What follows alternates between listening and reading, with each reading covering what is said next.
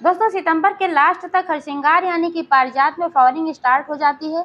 इसके लिए अगस्त के लास्ट या फिर सितंबर की शुरुआत में ही इसको ठीक तरीके से खिला पिला देना चाहिए। यानी कि इसमें कुछ ऐसे फर्टिलाइजर्स देने चाहिए जिससे कि पौधे का विकास भी अच्छे से हो और इसमें अच्छी मात्रा में कलियां बने, ढेर सारी फ्लावरिंग हो, फूलों का साइज भी अच्छा आए, फूलों का कलर खिल कर आए। तो दोस्तों अगर आपने भी गमले में पारिजात का पौधा उगाया हुआ है तो यह वीडियो आपके बहुत ही काम आने वाला है, क्योंकि आज मैं इस वीडियो में बताऊंगी कि अगर आप गमले में पारिजात का पौधा उगा रहे हैं तो कैसे इसको बुशी बनाना है और इसमें कौन से ऐसे फर्टिलाइजर्स देने हैं कि इसमें अच्छी मात्रा में कलियां बने और ढेर सारी फ्लावरिंग हो। तो संपूर्ण जानकारी के लिए वीडियो पर अंत तक बने रहें, बिना स्किप किए पूरा देखें। और जानकारी अगर पसंद आए तो लाइक करें, शेयर करें। चैनल को अभी तक सब्सक्राइब नहीं किया है तो प्लीज चैनल को भी सब्सक्राइब करके बेल आइकन को प्रेस कर दें ताकि सारे अपडेट्स आपको मिलते रहें। नमस्कार दोस्तों, एक बार फिर से मेरे YouTube channel love with nature में आप सभी दोस्तों का बहुत बहुत स्वागत है। दोस्तों हरसिंगार का पौधा थोड़ा बड़ा होता है। अगर ये जमीन में लगाया जाता है तो इसकी ऊंचाई कम से कम 15-16 फीट तो होती ही है। तो इसलिए अगर इसको आप गमले में उगा रहे हैं तो आपको बड़े कंटेनर की आवश्यकता होगी। कम से कम अगर आप ले रहे हैं कंटेनर तो 16 इंच का तो लेना ही चाहिए, इससे नीचे नहीं लेना है। इससे बड़ा कंटेनर आप ले सकते हैं, क्योंकि छोटे कंटेनर में ठीक तरीके से ग्रोथ भी नहीं हो पाएगी और ना ही इसमें अच्छी फ्लावरिंग हो पाएगी। जब आपका कंटेनर बड़ा होगा तो इसको फैलने के लिए स्पेस मिलेगा, जड़ें ठीक तरीके से डेवलप होंगी और आपका पौधा भी ठीक तरीके से ग्रोथ करेगा। जैसे कि आप देख पा रहे हैं मैंने जो ये लगाया हुआ है गमला लिया है तो ये 16 इंच का गमला है और मेरे पौधे की आप ग्रोथ देखिए कि कितना बढ़िया है। इसमें ढेर सारी शाखाएं भी हैं और पौधा कितना ग्रीन है, इसकी पत्तियां कितनी हेल्दी और कितनी हरी हैं।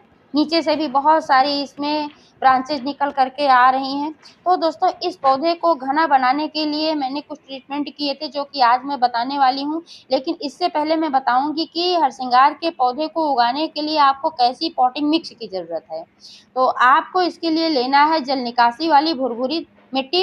इसके लिए आपको लेना है 50% गार्डन सॉइल, 20% इसमें मिलाना है रेत और 30% गोबर की सड़ी हुई खाद या आप कंपोस्ट खाद मिला सकते हैं, क्योंकि हरसिंगार के पौधे के लिए गोबर की खाद बहुत ही अच्छी होती है। जब आप इसको लगा रहे होते हैं तो इसमें गोबर की खाद मिलाना बिल्कुल भी ना भूलें। गोबर की खाद से क्या होता है कि न्यूट्रिएंट्स, माइक्रो न्यूट्रिएंट्स भी मिलते रहते हैं और मिट्टी भी पोरस बनी रहती है और साथ में मिट्टी में पानी धारण करने की क्षमता होती है, जिससे हमारे पौधे हरे भरे रहते हैं। यहीं पर मैं धूप की बात कर लेती हूँ दोस्तों। तो हरसिंगार के पौधे को ठीक तरीके से डेवलप होने के लिए, अच्छी फ्लावरिंग के लिए अच्छी धूप की भी ज़रूरत होती है। कम से कम 4-5 घंटे की धूप में तो इसको रखना ही चाहिए। आप ऐसी जगह पर अपना गमला रखें जहाँ पर कम से कम 4-5 घंटे की धूप आती हो। पानी की बात करें तो पानी आप इतना ही दें जिससे कि मिट्टी में नमी बनी रहे, जल भराव ना हो, क्योंकि जब जल भराव हो जाता है, मिट्टी दलदली हो जाती है तो जड़ों तक ऑक्सीजन नहीं पहुंच पाता है, जड़ें सांस नहीं ले पाती हैं और जड़ें सड़ने लगती हैं, पौधा स्ट्रेस में चला जाता है और फिर पौधा पीला होकर खराब हो जाता है। कोई भी पौधा हो दोस्तों, ज़्यादा फ्लावरिंग के लिए और पौधा जब अच्छा दिखने के लिए बुशी होना ज़रूरी होता है।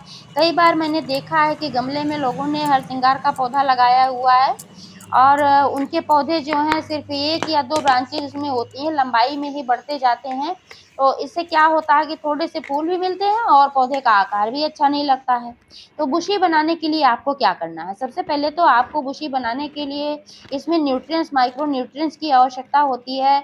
सबसे ज़्यादा जो आवश्यकता होती है जब तक इसमें फ्लावरिंग नहीं हो रही होती है तो नाइट्रोजन और मैग्नीशियम की होती है, क्योंकि नाइट्रोजन और मैग्नीशियम ऐसे पोषक तत्व होते हैं जिनसे पत्तियों और ब्रांचेस का विकास होता है और हमारा पौधा बुशी होता है। लेकिन दोस्तों अगर आप सिर्फ इसमें फर्टिलाइजर ही देते रहेंगे तो आपका पौधा लंबाई में ही बढ़ता जाएगा। बहुत ज़्यादा इसमें न्यूट्रिएंट्स, माइक्रो न्यूट्रिएंट्स होंगे तो कहीं ना कहीं तो पौधा बढ़ेगा, तो लंबाई में बढ़ेगा। तो बुशी बनाने के लिए आपको क्या करना है कि इसकी प्रूनिंग करना है।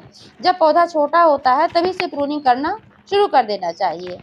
कम से कम आपका पौधा जब 8-10 इंच का हो जाता है तभी आपको इसकी छटाई कटाई करनी शुरू कर देनी चाहिए। तो सबसे पहले तो इसमें एक ही ब्रांच होती है तो एक रहती है, तो वही एक जो होता है वही बीच से अपना नीचे से 8-9 इंच छोड़कर आपको कट कर देना चाहिए, थोड़ा सा ऊपर से कट करना है। तो जहाँ से आप कट करेंगे वहाँ से 2-3 नई ब्रांचेज निकलेंगी और फिर जो 2-3 निकली रहेंगी उनकी भी जब आप प्रूनिंग करेंगे तो उसमें से 2-3 निकलेंगी। ऐसे ऐसे ही है मल्टीप्लाई होकर के ढेर सारी ब्रांचेज हो जाती हैं। जो आप देख पा रहे हैं मेरा यह पौधा बहुत ज़्यादा बुशी इसमें बहुत सारी ब्रांचेज हैं। तो ऐसे ही मैंने इसको बुशी बनाया है। आप देख पा रहे हैं कि अभी मैंने थोड़े दिन पहले, लगभग 15 दिन पहले इसकी छटाई किया था, क्योंकि अब मुझे पता था कि सितंबर में इसमें फिर फ्लावरिंग स्टार्ट हो जाती है, सितंबर लास्ट में, तो बाद में मैं इसकी छटाई नहीं कर सकती हूँ, तो मैंने इसीलिए पहले कर दिया था और अब इसकी कटाई छटाई करने की ज़रूरत नहीं है। जब मैंने इसकी प्रूनिंग की थी तब मैंने इसमें कुछ फर्टिलाइजर्स दिए थे, जिससे कि पौधे की ग्रोथ अच्छी हो रही है। आप देख पा रहे हैं इसमें बहुत सारे नए-नए शूट्स निकल कर आ रहे हैं, पत्तियाँ भी हेल्दी और चमकदार हैं, पत्तियों का साइज़ भी पूरा बड़ा है, जितना कि ज़मीन में होने पर पत्तियों का साइज़ होता है उतना ही साइज़ है गमले में भी, यानी कि पौधा पूरी तरीके से स्वस्थ है। तो दोस्तों आज मैं अपने पौधे में 2 ऐसे फर्टिलाइजर्स देने वाली हूँ जो nitrogen, potassium, phosphorus, calcium, sulphur से रिच होंगे। अब दोस्तों आगे का वीडियो आप लोगों को बहुत ही ध्यान से देखना है, क्योंकि सिर्फ यही जानना आवश्यक नहीं है कि कौन सा फर्टिलाइजर फ्रूटिंग फ्लावरिंग के लिए देना है और कौन सा फर्टिलाइजर पत्तियों के विकास के लिए देना है, बल्कि फर्टिलाइजर देते समय 3 बातों का ध्यान रखना बहुत ही आवश्यक होता है कि कंटेनर का साइज क्या है, पौधे की उम्र क्या है और पौधे की कंडीशन क्या है। यानी कि जब आपके पौधे में न्यूट्रिएंट्स, माइक्रो न्यूट्रिएंट्स की कमी ज्यादा होती है तब आपको फर्टिलाइजर ज्यादा मात्रा में देना पड़ता है, और अगर आपके पौधे में न्यूट्रिएंट्स, माइक्रो न्यूट्रिएंट्स की कमी ज्यादा नहीं होती है तब आपको कम मात्रा में देना चाहिए। जैसे कि अभी आप देख पा रहे हैं कि मेरा जो ये पौधा है इसमें अच्छी तरह से विकास हो रहा है पत्तियों का और ब्रांचेस का, और अभी कुछ दिन पहले मैंने इसमें फर्टिलाइजर्स दिया भी था, तो इसलिए इसमें बहुत ज्यादा डिफिशियंसी नहीं है। और ये जो मेरा पौधा है ये 1 वर्ष पुराना है, तो इसके अनुसार ही इसमें मैं फर्टिलाइजर देने वाली हूँ। आपके पास जो पौधे हैं अपने पौधे की उम्र के हिसाब से आपको भी फर्टिलाइजर देना है। अगर कम उम्र का पौधा है तो कम देना है, ज़्यादा उम्र का है तो ज़्यादा देना है। तो 1 वर्ष का मेरा यह पौधा है, इसमें आज सबसे पहले मैं देने वाली हूँ गोबर की खाद। गोबर की खाद नाइट्रोजन, पोटेशियम, फास्फोरस की संतुलित मात्रा इसमें पाई जाती है, जो कि हमारे पौधे के विकास के लिए बहुत ही अच्छा माना जाता है। गोबर की खाद से मिट्टी में सुधार होता है, मिट्टी की गुणवत्ता अच्छी होती है।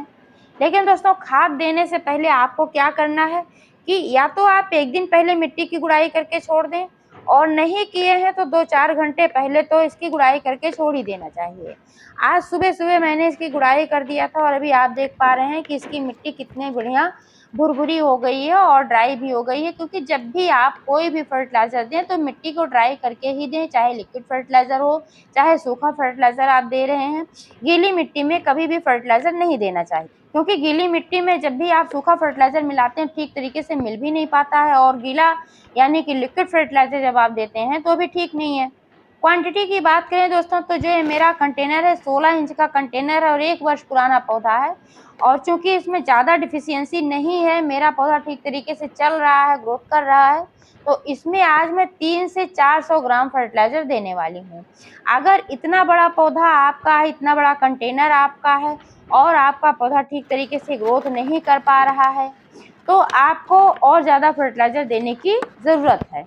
यहीं पर दोस्तों अगर आपने न्यू पौधा लगाया हुआ है तो आपको ज़्यादा फर्टिलाइज़र देने की ज़रूरत नहीं। जब आप पौधा लगाते हैं तब पॉटिंग मिक्स में ही आपने गोबर का खाद दिया हुआ है, तो इसलिए 1 महीने तक कोई फर्टिलाइज़र देने की ज़रूरत नहीं होती। 1 महीने के बाद ही आप इसमें फर्टिलाइज़र देना स्टार्ट करें।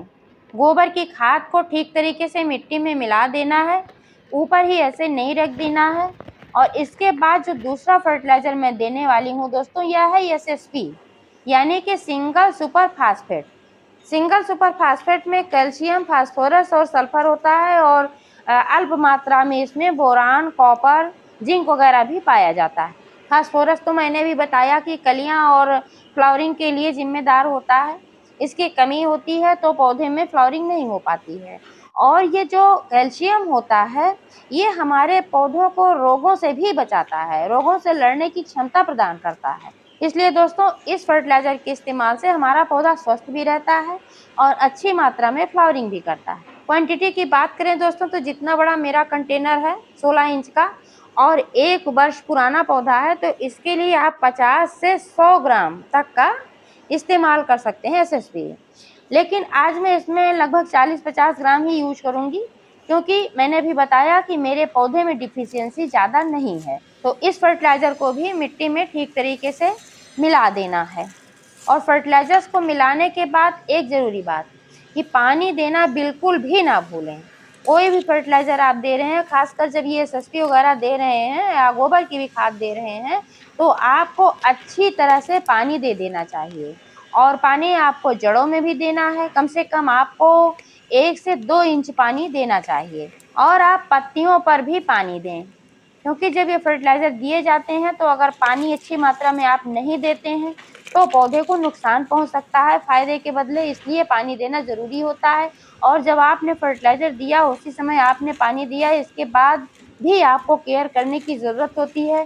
प्रतिदिन आपको पानी देना चाहिए। अगर आप पानी नहीं देते हैं तो पौधा जल भी सकता है।